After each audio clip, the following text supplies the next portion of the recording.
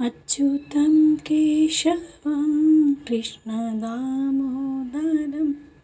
अच्युतं केशवं कृष्णदामोदरं रामनारायणं जानकीवल्लभं रामनारायणं जानकीवल्लभम्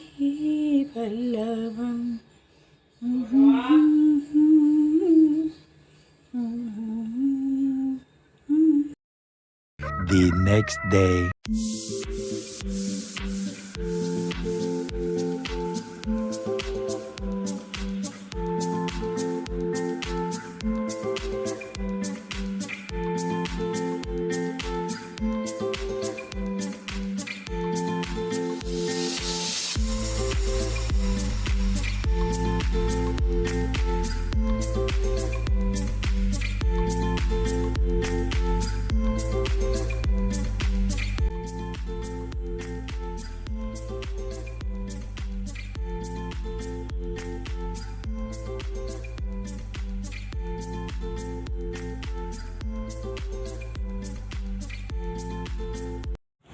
গুড আফটারনুন, আশা করি সবাই ভালো আছো, আমরাও ভালো আছি।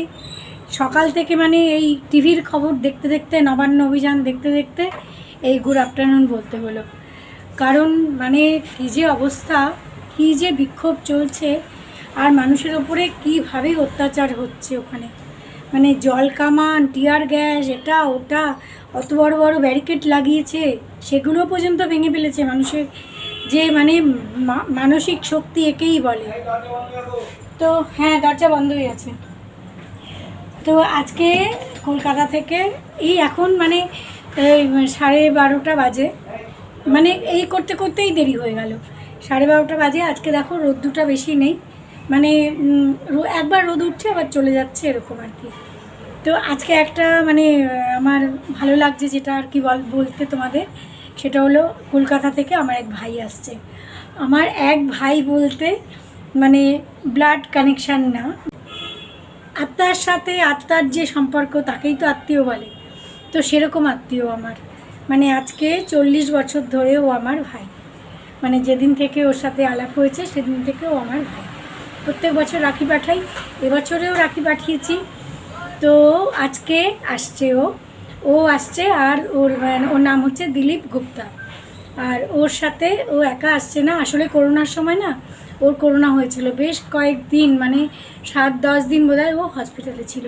তারপর থেকে মানে সারা দুনিয়া ঘুরে বেড়ায়, কিন্তু তারপর থেকে মানে ওর মনে হয় যে কেউ সঙ্গে থাকলে ভালো হয়।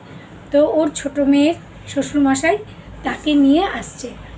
তো এই 12:30টায় মানে ওর ফ্লাইট আছে, 2:30 নাগাদ বোধহয় নেমে যাবে। হ্যাঁ, খেয়ে নাও। 2:30 নাগাদ। আজকে ঝন্টুর শরীরটা ভালো নয়, সকালবেলা 2বার বমি করেছে। তো জানি না, সেটাও একটা কারণ দেরি হওয়ার।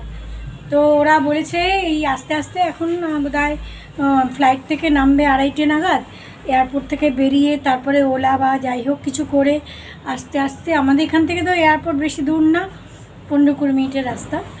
তো ওখান থেকে আস্তে আস্তে প্রায় ওই লেগে যাবে মানে 3:30 পৌনে 4টে তো বেজেই যাবে।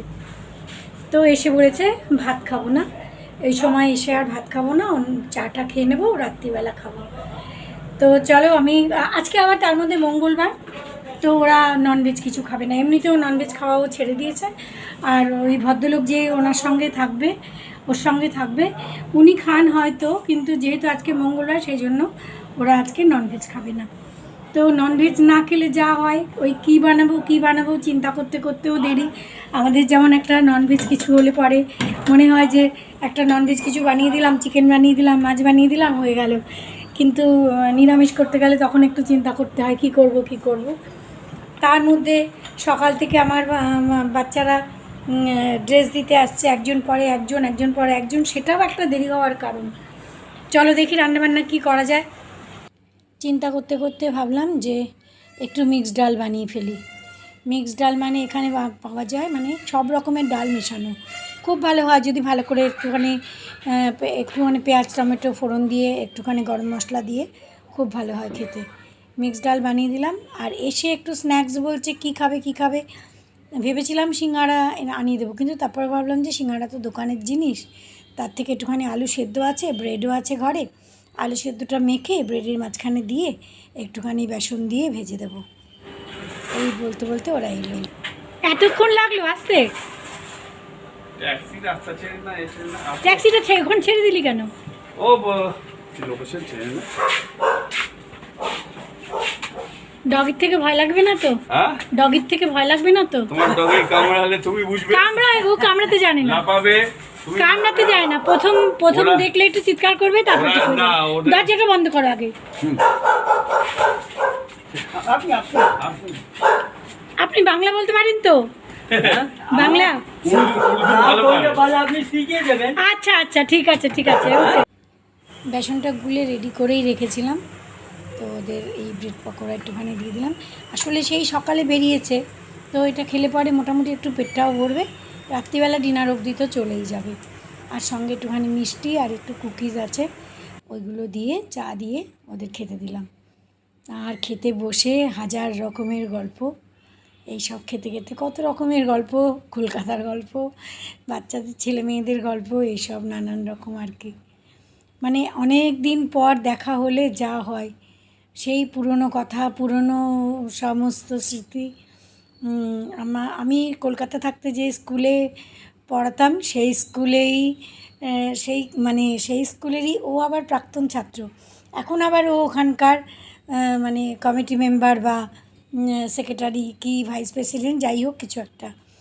তো মানে খুব মানে একটা অন্যরকম একটা রিলেশান, মানে যেটা নাকি মানে মুখে বলে প্রকাশ করা যায় না। আর এখানে আমি বানালাম মটর পনির।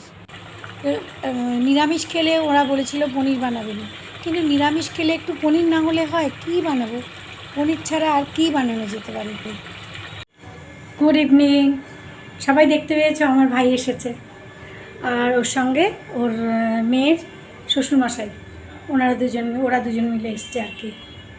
তো এই চায়ের সঙ্গে ওই এমনি আর কি টুকিটাকি বিস্কুট মিষ্টি একটুখানি ওই যে বানিয়েছিলাম একটু ব্রেড পকোড়া মতন, ওইটা বানিয়ে দিলাম।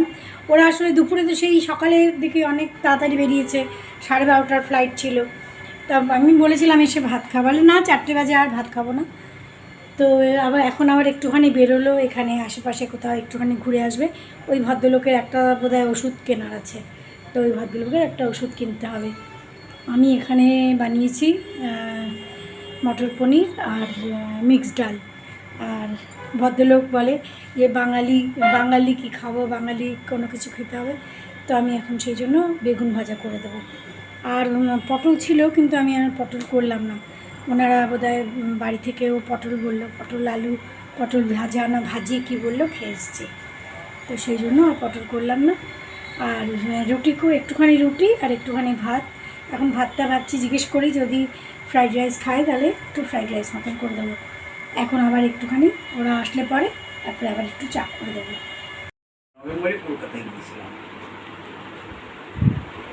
ওই যে বাঁশদ্রোণী, আমার বড় মামার বড় মেয়ে, ওর মেয়ের বিয়ে ছিল। বড় মামার বড় মেয়ে তো নেই, বলেছিলাম তোকে।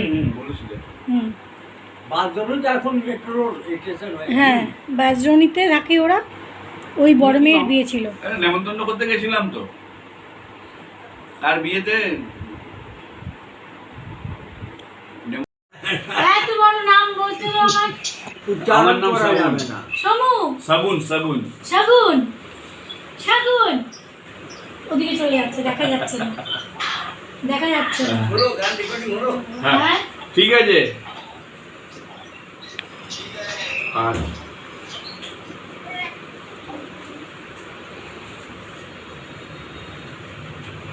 চামচ দেবো কি না, তবে এখানে একটা চামচ দে। প্রায় 10টা বাজে, তা ওদের খেতেই দিয়ে দিলাম।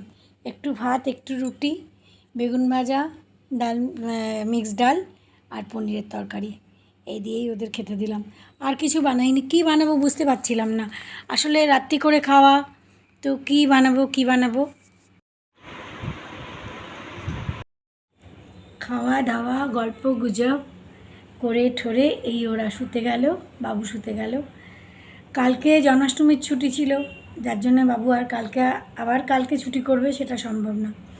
তো সেই জন্য ওর মানে ইচ্ছে ছিল না যে কালকে আবার যায়, ছুটি করলে ভালো লাগতো আর কি। তো দিলীপদেরও শুতে পাঠালাম, বাবুও শুতে গেল। সেই অনেক দিন তাই ভাবছিলাম যে কত যে কথা, কত পুরনো কথা, মানে অনেক দিন পর যে আজকে এত ভালো একটা সময় কাটলো সেটা আর বলেন না। মানে ওই যে আমার শাশুড়ি মা বলতেন, যে দিনটা যায় সেই দিনটাই ভালো। সত্যিই তাই। যে দিনগুলো আমরা পেরিয়ে এসেছি সেই দিনগুলো তো আর কখনো ফিরবে না। তো যাই হোক, কিছু তো করার নেই, সময়কে কেউ বেঁধে রাখতে পারে না। সময় তো তার সমান নিজের গতিতে চলেই যাবে। কিন্তু ওই স্মৃতিগুলো, মানে ভালো স্মৃতি যেগুলো, সেগুলো তো মনের মধ্যে থেকেই যায়। খারাপ স্মৃতিগুলো তো সবসময় বলে লোকে ওটাকে বাদ দিয়ে দাও, মন থেকে বের করে দাও। কিন্তু যেগুলো ভালো স্মৃতি সেগুলোকে তো রাখাই যায়, সেগুলোকে মনে করেও তো মনটা ভালো লাগে। তো যাই হোক, অনেক অনেক অনেক দিনের পুরনো কথা, কত রকমের কথা হলো। তো খুব ভালো লাগলো আর কি। আজকে সারাটা দিন দারুণ কাটলো, বিশেষ করে এই রাতের সময়টা দারুণ। তো যাই হোক, আজকের ব্লগ এখানেই শেষ করলাম, আবার নেক্সট ব্লগে দেখা হচ্ছে। সবাই খুব ভালো থেকো, খুব আনন্দ করে থেকো, খুব মজা করে দেখো।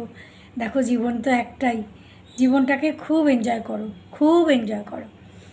নেক্সট ব্লগে আবার দেখা হচ্ছে। Good night.